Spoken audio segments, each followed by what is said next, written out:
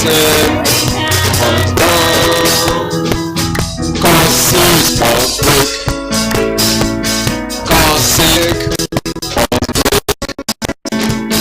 Curses must break in Jesus' name. In Jesus' name, curses must break in Jesus' name. In Jesus' name. In Jesus' name. In Jesus' name. In Jesus' name. In Jesus' name. Sickness must bow. Disease must bow. Sickness must bow. Disease must bow. In Jesus' name. In Jesus' name. In Jesus' name. In Jesus' name. In Jesus' name. In Jesus' name. In Jesus' name. In Jesus' name. Just lift up your hands and begin to worship the Lord, because Satan must bow. Sickness must bow. Curses must break. At the name of Jesus, every knee shall bow. Both of things in heaven and things on earth and things under the earth. And every tongue must confess that Jesus Christ is Lord. Everything in heaven must bow. Everything that God has not created must bow. Everything that is afflicting you must bow at the name of Jesus. Every sickness must bow at the name of Jesus. Every disease must bow at the name of Jesus. Every infirmity must bow. Every witchcraft power holding you must bow. Every bondage must break. Nothing can stand at the name of Jesus. Every knee must bow. Every knee must bow.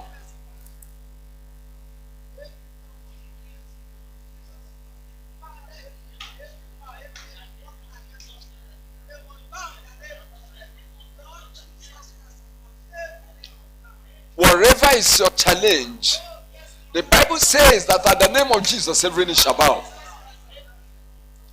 Wherever is your expectation that has not come forth, that has not been manifested, any power holding it must bow.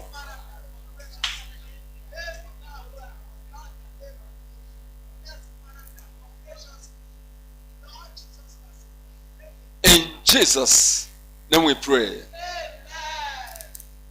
Listen to me, one of the things that the scriptures teach us is that Jesus was manifested to destroy the works of the devil. And wherever he went, the Bible recorded it that he was doing good. What was it? He preaches the gospel and he heals the sick, casts out the devils. He destroys the works of the devil by saving men and healing men. And I want you to know that Jesus is still in the business of saving souls, in the business of healing souls, in the business of setting captives free and blessing people. Wherever he went, there was joy. Everywhere he went, anywhere he went, nobody touched him and remained the same. Nobody called upon him and remained the same. Jesus is still the same. He's able to save, he's able to heal, he's able to deliver. Demons bow at his presence. They bow at his name. And I want you to know that as you pray right now, that whatever is holding you will bow. Say, oh Lord, in the name of Jesus, I command you powers holding my life down, working against my glory, bow and be broken. In the name of Jesus, bow and be broken. And break to pieces. In the name of Jesus, open your mouth and pray right now. Open your mouth and pray. Command the powers, command the forces holding your life down, holding your glory down, holding your health down, holding your blessing down. Command them to bow. The Bible says that the name of Jesus, at the name of Jesus, every knee shall bow. Jesus came and manifested it. Wherever he went, unclean spirits were crying out and coming out. They were crying and coming out. Sicknesses were flying away. Demons were running away. Diseases were healed. The dead came back to life. Nothing stood him. Nothing stood before him. Nothing that God did not create. Because it is written that every plant which my heavenly Father has not planted shall be rooted up. Every plant which my heavenly Father has not planted shall be rooted up. Right now, command. Masekenda maha.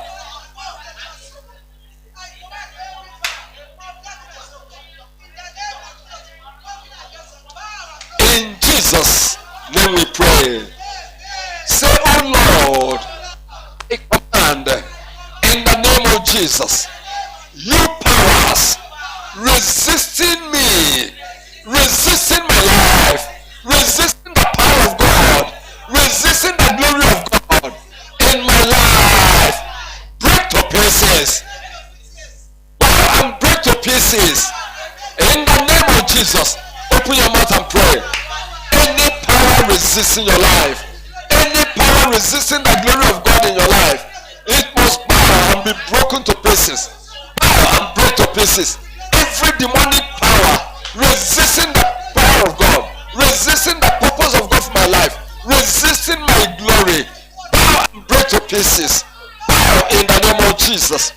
Bow in the name of Jesus. Bow in the name of Jesus. Bow in the name of Jesus. Every demonic resistance against my progress, against my success, against the glory of God in my life, bow and break to pieces in the name of Jesus.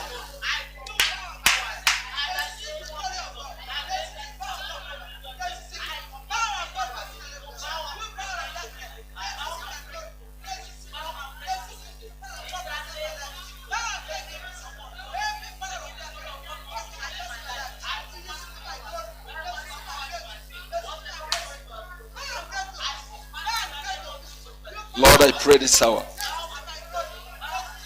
Every resisting powers, resisting demons, bow and break to pieces.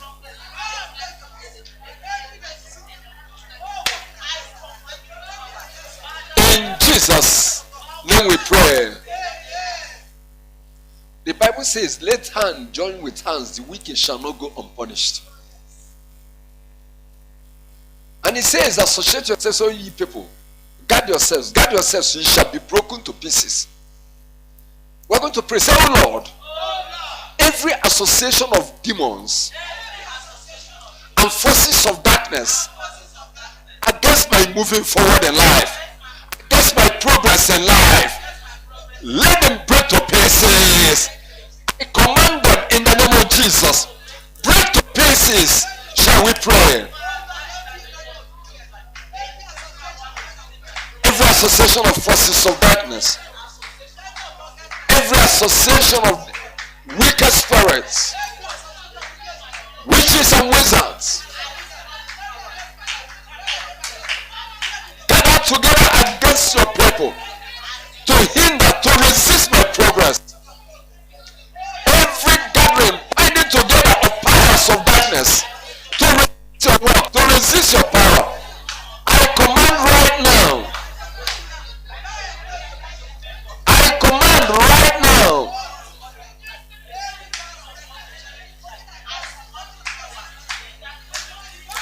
Bow in the name of Jesus. Bow in the name of Jesus.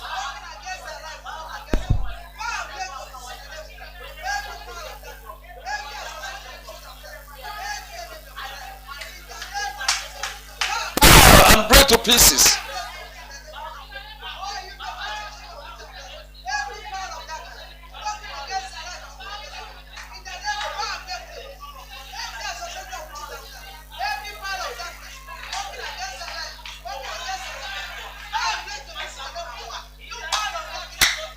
You resisting powers.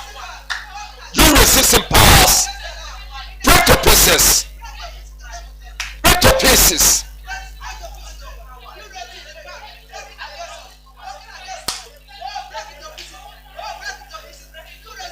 Jesus' name we pray. Our blessed Father, we thank you. We give you all the glory. We give you all the honor. We give you the praise. We thank you, Lord, for this hour. We pray that your presence and power will be made manifest. And that, Lord, this moment, you will set your captives free. You will deliver the oppressed. You will heal the sick. You will raise the dead.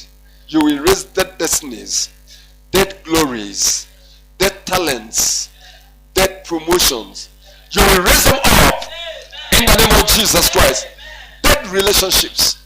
You will raise them up and restore them in the name of Jesus. I pray, mighty God, that your name, oh my God, be glorified. Take all the glory. Take all the honor. For in Jesus' name we have prayed. Hallelujah. Hallelujah. Shall we be seated and God bless you. This evening I want to be speaking on the compassionate Savior. The compassionate Savior. And I'm reading from the book of the Gospel according to St. Luke, chapter 5. The Gospel according to St. Luke, chapter 5. I read from verse 1. And it came to pass that as the people pressed upon him to hear the word of God, he stood by the lake of Gennesaret and saw two ships standing by the lake. But the fishermen were gone out of them and were washing their nets. And he entered into one of the ships, which was Simon's, and prayed him that he would thrust out a little from the land. And he sat down and taught the people out of the ship. Now when he had left speaking, he said unto Simon, launch out into the deep, and let down your nets for a draught. And Simon answering said unto him, Master, we have toiled all the night, and have taken nothing. Nevertheless, at thy word, I will let down the net.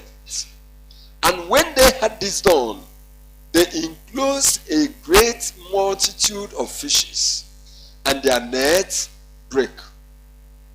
And they beckoned unto their partners, which were in the other ship, that they should come and help them. And they came and filled both the ships, so that they began to sink. When Simon Peter saw it, he fell down at Jesus' knees, saying, Depart from me, for I am a sinful man, O Lord. For he was astonished, and all that were with him, at the draught of the fishes which they had taken. And so was also James and John, the sons of Zebedee, which were partners with Simon. And Jesus said unto Simon, Fear not, from henceforth thou shalt catch men. May the Lord bless his word in Jesus' name. I said, may the Lord bless his word in Jesus' name. When you look at this passage, you will see what happened. The compassion of the Lord is so manifest, so glaring, so clear. When we talk about the compassionate Savior, we are talking about that God that loves you, that meets you at the point of your need. We are talking about professional men. When they were toiled at that proper time, they knew what to do. They knew the time to do it. They were there at the right time. They labored. They were not lazy people. Lazy people don't see miracles. It is people that are hard working that see miracles. And I want to tell somebody, no matter how long you've been laboring, you labor throughout the night, you expected to see something good. And when the day broke, no good dream. Seemingly, nothing seemed to happen. You have fasted, you prayed, and you were expecting God to come down. You were expecting thunder to come from heaven to answer your prayer, to manifest in a special way, and nothing seemed to happen. Just don't be discouraged. Don't worry. Peter labored, all his team, with their own boat, and his group, the other group, with their own boat. None of them caught anything in the night. Maybe the powers and forces of darkness have been working against you, and you've been laboring, making effort. Your efforts seem not to be amounting to anything. And the tendency, the possibility is to begin to say, where is my God? Do not worry. Tell somebody, do not worry. Tell somebody, be patient. Keep on working. Keep on laboring. Now, Peter did it. They labored. Do you know when it was daybreak? They had packed their boat. They were now washing their nets, because when you use nets, sometimes you gather particles, leaves, sticks, useless things that you don't need. You have to remove them and spread the net to dry before you come back again the next session. Now they were busy washing their distance to go back home and go and tell their sad story, to tell their disappointment, to go and tell their business partners, their customers that were waiting to come and buy, fish from them to go and resell. That look, today, nothing worked today. In fact, throughout the night we were in the sea, but we have nothing to show for it. Our efforts amounted to nothing. Our struggles amounted to nothing. Our labor was in vain. I want to tell somebody hearing me, somebody who understands the word of God and believe the word of God, that your labor will never be in vain in the name of Jesus Christ. I want to tell somebody that you did not make a catch, that you've not seen the breakthrough. January has come and passed, September has passed, and October has come, does not mean that you are not going to see the fruit of your labor. The fruit of your labor will come in the name of Jesus. I want you to see a principle here. There is something I want you to understand. Those that do know their God, they don't give up. Even at odd hours, you call upon them that are ready to serve. Do you know that when Jesus came and was preaching, people gathered. A lot of people, they were pressing to see him, pressing to hear him, to be closer to him. And do you know, they kept on coming, pressing on him. He was going back, until he was now at the edge of the water. And he looked, where is he going to go? More people are coming, because people were getting healed, people were enjoying what he was teaching them, and multitudes were more, coming the more, and they were pushing from the back. They were joining. Some want to run to the front. He was giving them space so that he would be free to talk, and it was now between him and water. He looked at Peter. Peter was a man that had walked and was tired. Peter had labored through the night. He did vigil in the sea. There was nothing to show, nothing to take home, no food for the family, except the one they had kept before. And imagine what would be running through his mind at that time. And the Lord Jesus said, Peter, can you render service? Peter, can I engage you for the kingdom? Peter, can you make sacrifice for my ministry? And you, for the sake of God, do something. Remember, he didn't tell Peter, if you do it, you get millions overnight. Peter, if you do it, you are going to experience breakthrough. And these are the things that happen today. So when people give, they give out of the mind to make gain from God. They look at God as money-making machine. If I go to this church, I hear say anointing there, I will get this. But they do not know that the greatest glory comes through service. That's why Jesus said, the princes, the kings of the Gentiles exercise authority over them. Those that rule over people exercise authority over them. But I am not like that. I came to you as one who has come to serve and to give his life a ransom. Peter looked at it and said, oh, master, if it is only using my boat, use my boat. In fact, your words are so sweet. Let me listen to your word. At least that one will comfort me. Peter said, okay, no problem. Master, you can enter. He left the net he was washing and entered the boat and took it back a little into the sea. And he remained there. This is somebody that did vigil. This is somebody that labored through the night. This is somebody that they will be expecting at home to bring something for them to eat or to market. This is somebody that should be complaining of tiredness and weakness. But he was ready to make sacrifice. He was ready to render service. He was ready to suffer extra, the more. He was ready to give the extra mile. He was ready to forget his own weakness and the family, the need of the family and customers to serve the Lord. And he remained there. And the Lord preached. I am one person that I believe that when the Lord Jesus begins to preach, his preaching is not the one you'll be looking at the time. If you look at some of his sermons, you see how many there are. Remember that when he's preaching, by the time he finishes, they will be asking him questions. By the time he finishes preaching, or sometimes he will start with healing. He will begin to heal the sick, those that will be touching him, and those that will be calling on him. He will be going, healing everybody. Imagine the time it will take him. That's why whenever people meet him like that, it is till evening. And Peter remained patient, remained appreciative, that it's an opportunity to serve. People do not know that do something for God is a privilege. There are people that will be looking for that opportunity, they are not given. But some people, when they see opportunity, they look at it as a different thing. To do something for the servant of God, for the child of God, is a privilege. It's an opportunity to render service that God will reward. Peter was there. By the time the Lord finished all his long teachings and then began to cast out devils and heal the sick and finished, he dismissed the people. He now turned to Peter. He said, my friend, thank God for your patience, sir. My friend, well, there is something good for you. I want to give you a gift. And he will be wondering whether he will give him some money. He said, Peter, oh yeah, now I am out. Oh yeah, you go back to the sea. Go and let down your net for a drought. Yeah? Catch fish, hot afternoon. Eh? Master, okay, I understand. You came from carpentry background. I am a fisherman from my youth too. You don't understand the principles and the timing in fishing. Master, all the fishes must have gone into hiding. Amen. This hot sun, fishes must have gone into hiding. So, anyway, I see the way you are moving. No problem. I will obey. Nevertheless, at your word. If not for you, I will not take it. I'm a professional in my field.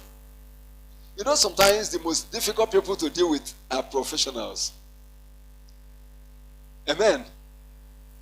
People that know who they know what they know. Human science, it's difficult convincing them. Hallelujah. But he said, nevertheless, at your word. What does it mean? He submitted to the word of Christ. He obeyed the word of Christ. He believed, even though he may have been having doubts, but he believed. He went to obey. And immediately he went there. Maybe he even went alone, or he went with his partner just to fulfill all righteousness. And they took their net and flung it, and the thing just spread. And but when you throw your net, you allow it to sink. You'll be watching it. There are things they tie. By the time it starts getting down, you know that something is hooking it, and then you begin to draw back. They started drawing. It was as if the thing hooked on a rock. When they said drawing, if your net or your hook, if you've done fishing, you will know that when your hook hooks and there is no fish there, it will not bounce back on your hand. The same thing happens on the net. Now, when you draw your hook and it's bouncing and it's shaking, that means that there is something alive that is there. I have had the privilege or the favor of God that I caught a fish I could not bring out of the water just with one hook. Normally in the evening, late evening, we'll go to the stream and we'll lay, it was a swampy place. Sometimes the water will even come to your chest, and then you lay your hooks at strategic places. Then you go around checking. By the time night is coming, you have to leave and go. Then early morning, you have to come. That early morning I came. I was checking all my hooks, those that didn't catch. Sometimes the bait will be eaten or taken away. Then some you catch one small thing or the other. And then I got to this big hook. When I tried to pull it, the thing was so heavy. And it was tied on maybe some stick. But the vibration was much. I tried to put my hand down. I realized that what is there is not what I was expecting. It was another elderly person, that came. And they carefully went and, if you are not experienced, you can draw it by force and your hook will cut. Now they came and went down into the water until they touched it and come and see the big fish, real catfish, that even putting it inside the basket that we normally go, the fish was so tall that the tail bent and came down. I had to carry it with with God's grace back to home. My father had to cut it in pieces and share to every family member and every neighbor. Imagine the type of fish that my father had to cut and everybody got portion. So that is it. Now Peter realized that there was a great catch. Can somebody say great catch? Can somebody say breakthrough? I think some people here don't understand. I said, let somebody, if your desire is shout breakthrough. Talk like living people. Peter had a breakthrough. That he started calling on his friends. Hey, please come. This hook is hooking something. This net is carrying something that is not normal. It's carrying something. It has caught something that one person alone cannot handle. All partners, please leave your boats and come. They came with their boats and came out. Everybody, they were drawing. When they drew it out, they discovered that it was a miracle that they never expected in their lives. A miracle that nobody dreamt about. A breakthrough that if there was a prophecy that they would have it that morning, with all their failure, their laboring in vain, they would not have believed it. That they feared the ship. His own ship was full. John had to go and bring their own ship. It was full. My brethren, God is going to visit somebody here. But remember that Peter, in spite of his tiredness, in spite of his weakness, in spite of his failure, in spite of his disappointment, kept on serving the Lord. Tell somebody, keep on serving the Lord. Keep on serving the Lord. Keep on rendering service. Hallelujah. So what are we seeing here? The compassionate Savior looked at him and said, today, because you have served me, because you served the kingdom, I'm going to give you a special gift that all over the world will read and give glory to God. And that was what happened. God created miracle after fruitless labor. There is somebody here that all your labor in life, you think they have been fruitless. One thing I have discovered in the scripture that God told Israel, he said, have I asked you to serve me in vain? God is not a hard taskmaster. He is not a labor driver. No, he is a father. He is a loving father. He is a caring father. He is a blessed God. He wants his people blessed. And he said, I have not called you to serve me in vain. Nobody served God and remained in vain. I am a living testimony. Nobody believed God and remained the same. God is a rewarder. Even the book of Revelation ended that, behold, he cometh, and he shall give to every man according to his work shall be. He said, I am coming soon. Amen. He is coming to give reward, and your time of reward is coming in the name of Jesus Christ. So Peter, God created a miracle. The compassionate Savior, the compassionate Redeemer, created a miracle for him. How could fishes just gather themselves during that hot afternoon? He created it. You know what the Bible tells us in Hebrews chapter 11? He said, by faith we understood that the worlds were created by the word of God. For the things that be were called from the things that were not. Jesus just said, go into that place, lay down your net. Fishes gather themselves. God is able to do what no man can do.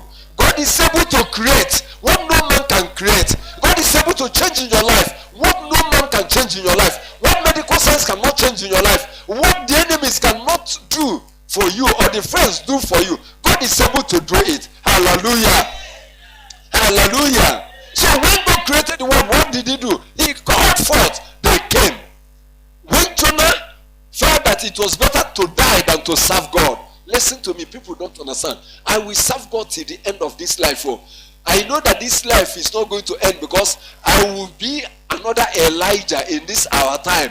And like Enoch and Elijah, unlike my Lord Jesus, I will fly with the chariots of heaven. I will meet my Savior at that gate, city gate of heaven, and he will lead me in to go and worship our Heavenly Father. Hallelujah. Hallelujah.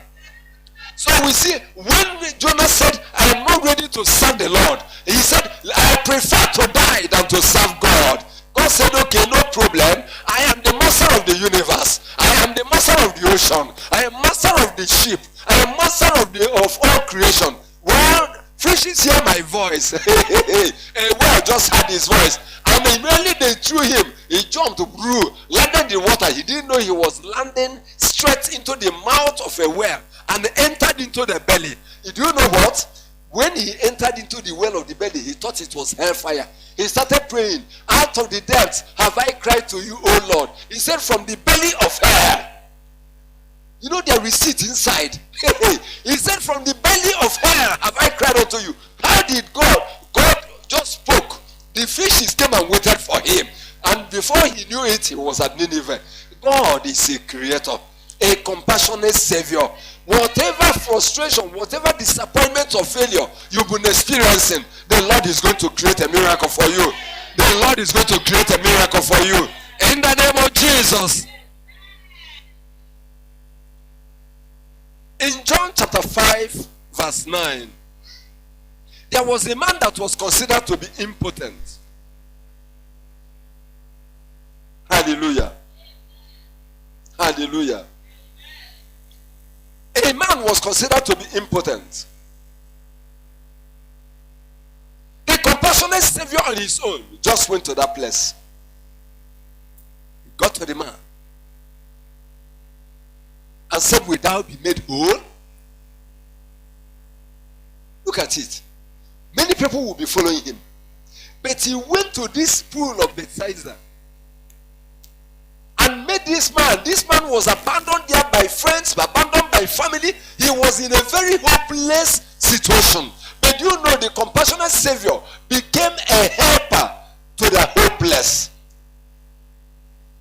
And when he asked him, will thou be made whole? He was telling him long story.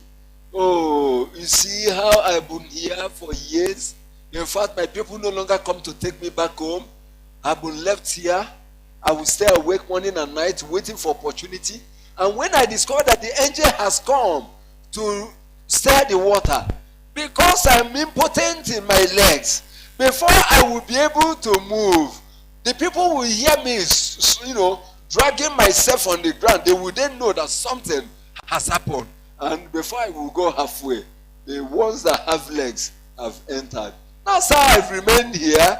And when the Lord looked at him and saw that his story was too long, he said, take up your bed, rise and go back home. The impotent man, a hopeless person, without helper, the compassionate Savior became his helper and healer. He was not expecting it. God is going to give somebody a miracle that he's not expecting. God will give you the miracle you are not expecting. Hallelujah. Hallelujah. Now let me talk about Peter. I want to give you testimonies today. Amen. Sometime last year, a sister lost her job. And losing that job, there was no hope. It was in a frustrating, discouraging condition. And when that job was lost, after some time or months, just a payoff. You know what you call payoff? The token they decided to give. Payoff. 1 month. Payoff. Normally, usually, you pay 3 months. I can't remember whether it was 1 month or 2 months, but I know that there was this payoff. And somebody that lost his or her job, some of us will be very wise. But this particular sister was so committed, so dedicated to the Lord, that in spite of the loss of job and no hope for job, decided, look, I've been giving my first fruit to God, and I will not break it because of this horrible condition. because of this situation. She gathered the payoff and said, well, that is the first thing I've earned this year.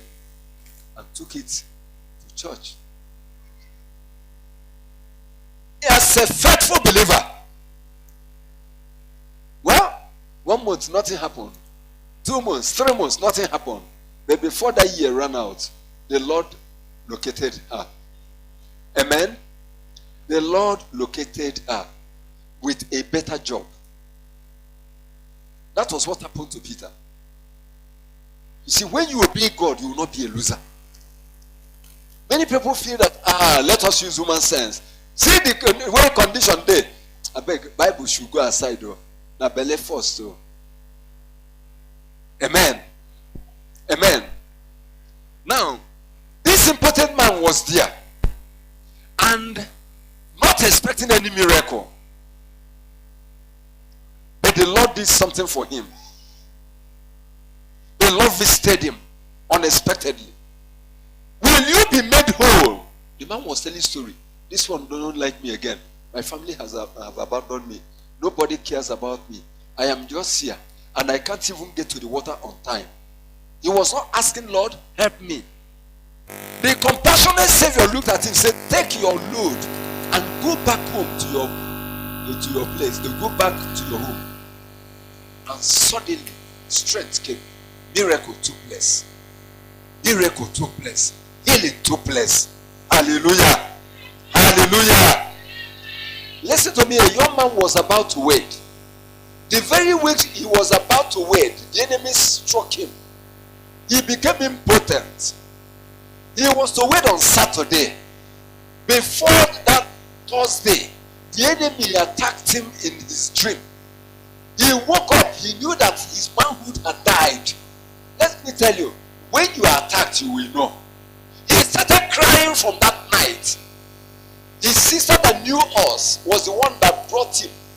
They ran through the night to come. Maybe it was the same night, or maybe, but it was in the night they came. The young man was crying like a baby. He refused to give biscuit.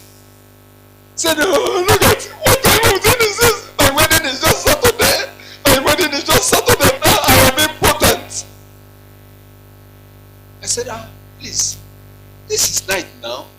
See us in the church. He said, whatever you can do, I'm not going here. I'm not living here. My wedding is just Saturday. It's just Saturday. May to God be the glory. That man went back home healed. He went back home whole. That impotency, that attack was cut off immediately by the Lord. And his marriage or wedding ceremony was conducted with joy, and he's been living happily since that time. The Lord is able to heal you.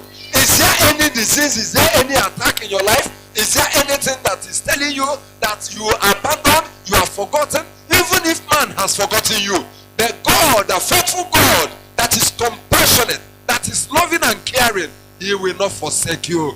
He will not abandon you. He will visit you and he will set you free. And so it shall be in the name of Jesus. Hallelujah. Hallelujah. In John chapter 11 verse 40 to 44, you know the story of Lazarus. Mary and Martha were disciples. Lazarus was a disciple of the Lord Jesus. They believed in Jesus. And their brother Lazarus was sick. Amen. Their brother Lazarus was sick, and they sent for this compassionate Savior. And the compassionate Savior had and told the disciples, our friend Lazarus is sleeping. Oh. Let us go and wake him. The unfortunate thing was that they didn't go immediately. They got the information. They waited again. And by the time they got there, Lazarus was dead 4 days. Somebody, the sister said, too late. Master, you didn't come again on time. If you had come on time, we know that our brother would have lived. But you delayed. You know, sometimes people get angry. Hey, I will come in. Nobody visited me. Daddy didn't visit me. When he didn't visit me, why should I visit you? If I come to your house, what will you give to me? If I come to your house, what will I do for you? What will I tell you? I'm not saying it's wrong to visit. But watch people that are always, complaining and murmuring. They are people with bad spirits. Nobody is visiting me. Nobody. Who have you visited? Who have you visited?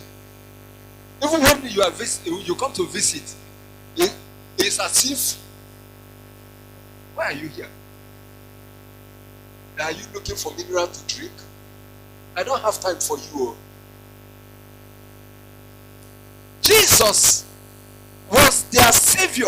They loved him. Jesus knew they loved him, but he didn't go on time. Are we not complaining because God has not settled us on time?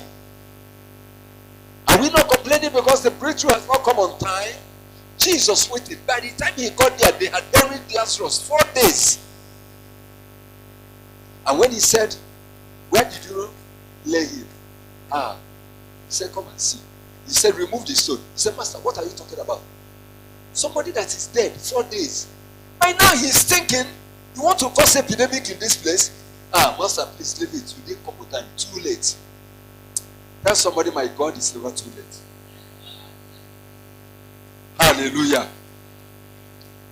He said, "Too late, Master." But let me tell you, Jesus is never too late. Hallelujah.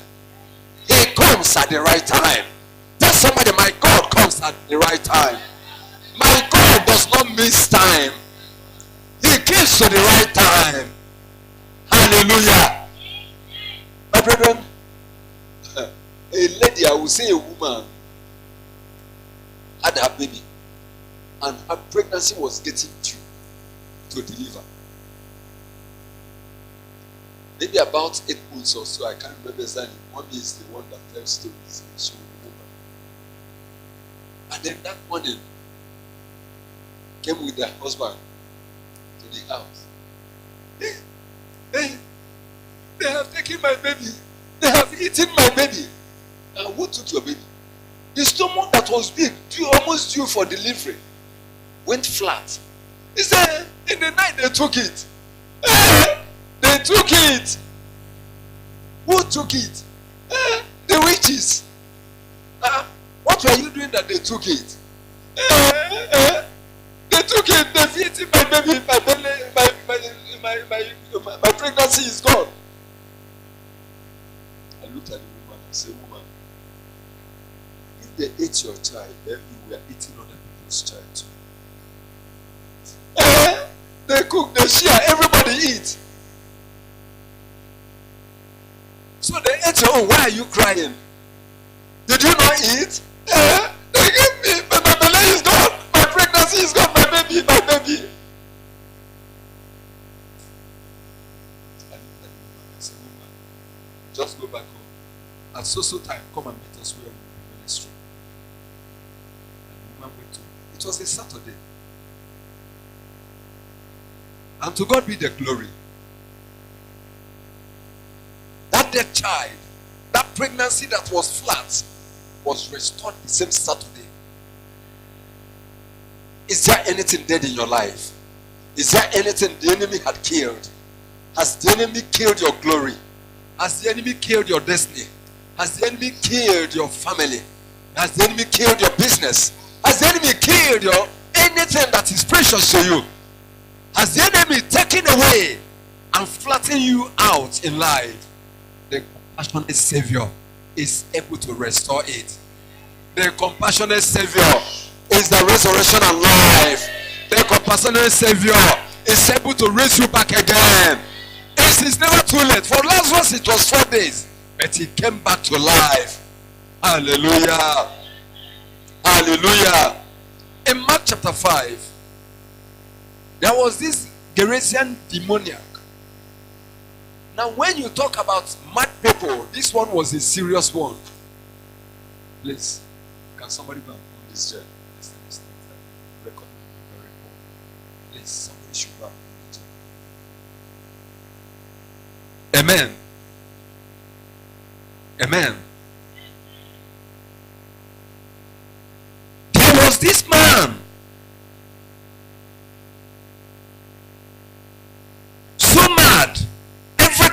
about him was mad. Now, when you talk about madness, that means mentally he was not healthy. Physically, he was not healthy. Spiritually, he was not healthy. His madness was such that he was going without clothing. His madness was such that nobody could pass around him. He had become violent. He had become violent. Amen. That people no longer pass that area. And the Bible says he was in the mountains, screaming, crying, shouting, cutting himself, tearing his body. Very violent, very destructive. Now listen to me. There is a spirit of destruction that comes upon people. You may not go naked and run out to the streets. But there is a spirit of destruction that comes upon people. You see an intelligent person will become a dullard. You see somebody that is so beautiful, so decent, looking miserable and haggard and wretched. You see somebody that's supposed to be wealthy, the person begin to move in rags and in tatters. You see somebody that should be respected in the society. It's somebody that, now that is dwelling among the tombs, in the burial ground, in the forest or bushes, just screaming and talking with demons. There is a spirit that when it comes to people, it turns them upside down and dehumanizes them. The compassionate Savior on his own went to that place and met this man. How would a madman come and beg you to heal him or deliver him? There are people that has this spirit of Agu. You may have what you call it in your place. The Agu spirit is a spirit that come upon people. He makes them very, very, difficult. Sometimes they are violent. Sometimes their business, whatever you give to them, that spirit will come upon them and everything will be destroyed. You see everything frizzle out. Sometimes their hairs will scatter as if they were really mad. The Agu spirit can rake you. Sometimes you see them, they will be going on the street and they are talking to themselves. The people they are talking to, you do not know. Some will tell you they are talking with their ancestors.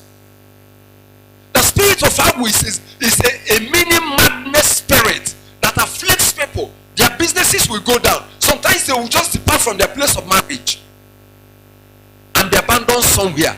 Because that mad spirit is upon them. That mad spirit ruins their marriage or it ruins their businesses.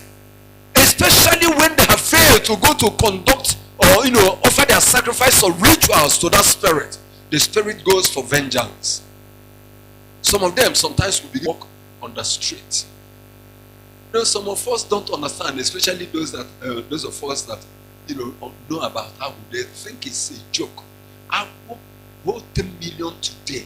Our spirit can dissolve it. That in 1 week or 1 month, you will not be able to account for that 10 million. Stock your shop and let people be buying. When that spirit comes, everything there will vanish. It's either there will be an accident or there will be a robbery or something just happens. It will bring you down. It affects people's health. It affects people's senses. But Jesus, the compassionate Savior, went to this burial ground, went to this lonely place, went to this land of the dead, where only the spirits and mad people communicate. Nobody, everybody is afraid of passing there because of that madman. He had become violent, to himself and to every other person. And when the Lord met him, commanded the spirits, and they answered. They were begging. They said, please, if you cast us out, we know you. We know you have the power to destroy us now. But don't destroy us. We know you. Your word is power. Your word is final. We know you. Please don't cast us just out that way. Send us into this wine. The compassionate Savior, after sympathy for this man, just for this man to be free, said, enter this wine. And about 1,000 of them ran with violence. When you see people that are very angry, they say, no, I get angry. When I get angry, I can finish everything, destroy every house, put everything on fire. But when he clears our heads, I am one of the loveliest people you can befriend. Our spirit.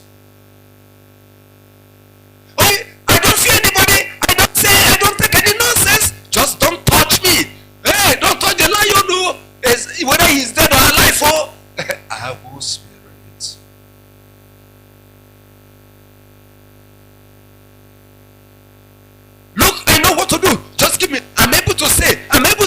And then, like the prodigal son, he goes out. After some time, uncle, daddy, mommy, I need some money. We just gave you 1 million. What happened? Mommy, 1 million you just gave. Daddy and mommy, 1 million you gave me 6 months ago.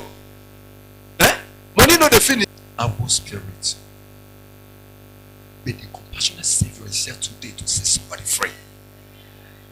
Even if you have a brother or a sister that is in that condition, if you can stand in the gap for that person, this moment, the compassionate Savior will touch such a soul. Those spirits will live that life.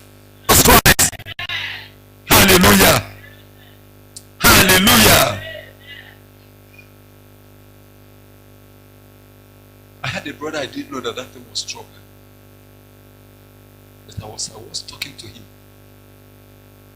Sanity was restored. Ask me how many demons. I do not know, because I didn't even know much as at that time. All I knew was that I was sharing the scriptures, talking to him face to face, and something cleared in his eyes. Sanity came back. Listen to me. Some of you here miss it because you are waiting until I mention your case. Hey, there is somebody here. Your stomach is like pepper soup. Then you believe. But when I'm speaking to you, declaring the word of God, some are not even listening. Some are joking with their children. Some are maybe busy. Well, don't worry. That you finish and start praying. I'm waiting for. Jesus was healing and delivering by his words. Amen. I was talking to him. We sat across the table, not even praying. I was sharing the gospel from the book of 1 Peter, explaining the scripture to him. His eyes cleared. Sanity came back. For somebody that wanted to pull his trousers and run out naked. In fact, the pastor of Deeper Life here, the then pastor of Deeper Life that started this Deeper Life or brought this Deeper Life church here, built this one. He was there in a house at Life Camp. They locked everywhere, locked window, locked door, because there was no burglary proof. And they held him inside because he had pulled his trousers to run out naked. At that moment, that evil spirit left him. That spirit of madness left him. If there is any spirit of madness in your family, any cause of madness in your family, in your life, if there is any spirit that is wasting your life, making you miserable, turning your life upside down, making you you are very intelligent, but it has made you like a dummy. You are very beautiful, but nobody admires you. You in business, you are not succeeding in life, nothing works, nobody sees you and admires you. That spirit, the Lord is rebuking it, and that spirit is rebuked in the name of Jesus Christ. I command the spirit to be uprooted from your life in the name of Jesus. Hallelujah. Hallelujah.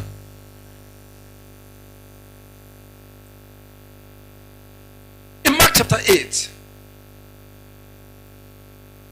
multitude followed the Lord Jesus, and for 3 days they were with him. Mark chapter 8, 1 to 9, for those who want to read. They followed him to the wilderness and they stayed with him 3 days listening to his word. 3 days of retreat. 3 days of separation from the community, from their families, from their businesses. 3 days they were with Jesus in the desert. Listening, he was teaching them. And after 3 days there was no food. Even if anybody went with food, possibly they must have went with something to just manage to eat and then come back. But they were there. So food after the first day. And they remained there. And you know the disciples, they were not businessmen, so there was no money to buy food. Even if you want to buy food, how do you buy food for 4,000 people? Or how do you buy food for 5,000 people? And when he finished and he wanted the people to go home, he called the disciples. He said, what do you have to give to these people? In fact, the disciples came and told you, Master, look, this is the third day. Darkness is coming. Let these people go so that they go and look for food somewhere to eat. You know, this is a desert place. And no, Master said, no, they've been with me for 3 days. They cannot go back home like that. They have been with me for 3 days. Oh my God. He says, you can't be with God without food for 3 days, seeking his face, and you go back home hungry. You go back home without joy. You go back home without satisfaction. No. 3 days they were with him. He said, give me them, don't send them away empty. Where are we going to buy bread? Even if this number of people, who can feed them here? Master said, what do you have? What do we have? What we have will not even, is not enough for us to talk of 4,000 men. He said, tell the men to sit down. Now, it's only men, no. And you know that with the type of marriage of those days, a man may have two wives. And let's assume there are only 2 wives. Okay, let's assume one wife came. Then 4,000 women. Now, let's assume children, the 2 small ones have not started school. So each of the 4,000 women came with 2,000 children. How many? 8,000. So you might be having about how many? 12,000 people. Or 16,000 people there. 16,000. 4,000 times 4. And everybody was fed. The Savior. Are you afraid that hunger will kill you? Business is not moving. Nothing is working. Have you fasted and prayed and there seems not to be any answer? Have you been with the Lord for 3 days? No good dream, nothing. It's as if you wasted your time. It's as if to say, you just expose yourself to more attack. What have you done? And now it's as if you have to manage to survive to get back home. No. The compassionate Savior will not allow you to know. The year is about coming to an end. And if you boom with the Lord, I said, well, what can happen again? The year is almost ended. This October. How many months remain? Well, the compassionate Savior is visiting somebody. Oh, there is no food in the house. How are we going to manage? The compassionate Savior is visiting somebody. Hey, look, are you sure that I will survive this? So this hunger, is it ulcer that is coming? The compassionate Savior is there for you. The Jehovah Rapha will provide for you. Jehovah is your supplier. Jehovah Rapha will perform a miracle. He performed the miracle for these people. Hallelujah. Hallelujah. I want you to know that he is able to provide. If what you have been earning is not enough, something is about to happen. No food in the house, a miracle will take place. Hallelujah. When Israel left Egypt, after 3 days, there was no food. There was no water. And God spread a table for them in the wilderness. They were eating food. They were eating meat. You know that bed meat is sweeter than all this meat we are eating. Amen. God was giving them divine food from above. Special bed, not the one that will go and eat worm or eat anything that will carry disease. They were coming. God created them and called them. They were just coming. God will supply your need in the name of Jesus. I said God will supply your need in the name of Jesus. Finally, in Matthew chapter 14, verses 22 to 32, the Lord gave instruction to his people and said, enter the boat while he dismissed the people. After that, he climbed the mountain to go and pray. But these people were suffering storms. There was too much storm. Imagine people that entered boat to cross to the other side. At worst, it should take them 1 hour to 2 hours. Not more than that. But from that evening till 3 a.m., they were in the sea, roaring, paddling, struggling. Storm was beating them, throwing them to the left and to the right, up and down. The devil was there attempting to drown them. There was too much storm that the Lord finished praying and came down, walking on the sea. I want to announce to somebody here that that is troubling you, that storm that is troubling your life, that wind, that force that is working against you, your master is coming on top of that storm. Your master Jesus, the compassionate Savior, is coming upon that storm, and he will seal it now in the name of Jesus Christ. The storm will not drown you. That's why he said, when you pass through the water, it shall not overflow you. When you pass through the fire, it shall not consume you. There is no weapon formed of the enemy that will destroy you. You are indestructible, because the compassionate Savior will meet you at the right time. He will meet you at the point of your need. No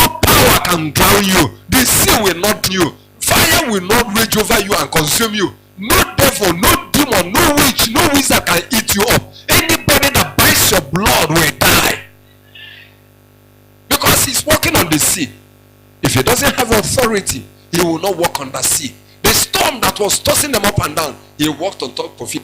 And even to disgrace the enemy, he said, Peter, come, walk on the storm. And Peter came, walking on the storm. Listen to me. God is visiting somebody. Is there a storm in your family? Is there a storm in your life? Are you the type that face one storm or the other?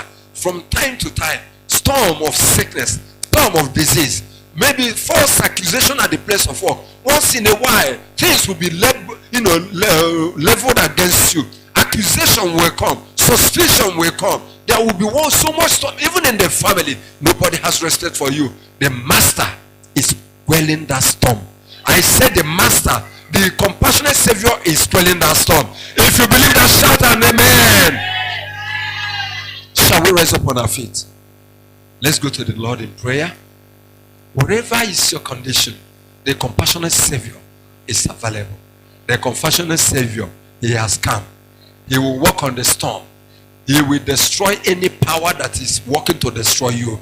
He will raise your glory back to life. Shall we go to the Lord? Begin to appreciate him. Begin to thank him.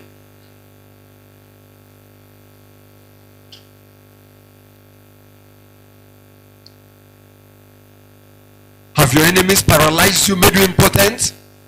The compassionate Savior is here to heal you. Are you diseased? Are you in trouble? The compassionate Savior is here to save you. Are the enemies about to swallow you? No. The storm cannot swallow you. The compassionate Savior is coming for you. He is coming to pick you up. He is coming to bring you back to life. He is coming to bring your destiny back to life. He is coming to bring your glory back to your life. He is coming to bring your reward back to life. He is a faithful Savior.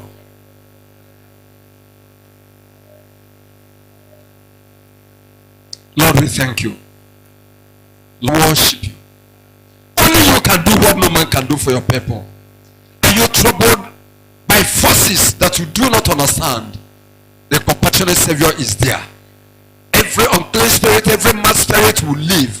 They will go.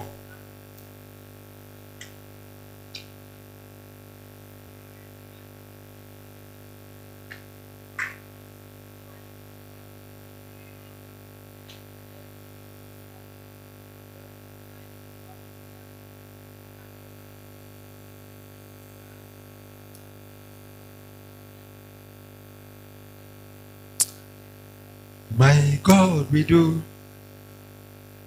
what no man can do. My God, we do what no man can do for you. My God, we do what no man can do. My God, we do what no man can do for you. My God, we do it. What no man can do for you. My God, we do what no man can do for you. God will do what no man can do for me. My God will do what no man will do. That song is prophetic and I want you to sing it with your whole heart. Kaseke namahar kasan namaha. My God can do what no man can do for me. My God will do what no man can do for me. My God will do what no man can do for me. My God will do what no man can do for me. Our No God can do it. what no man can do. for us. Our God God can can do do what no man can do for us. Our God will do what no man can do for for us. us. Amen. Listen to me.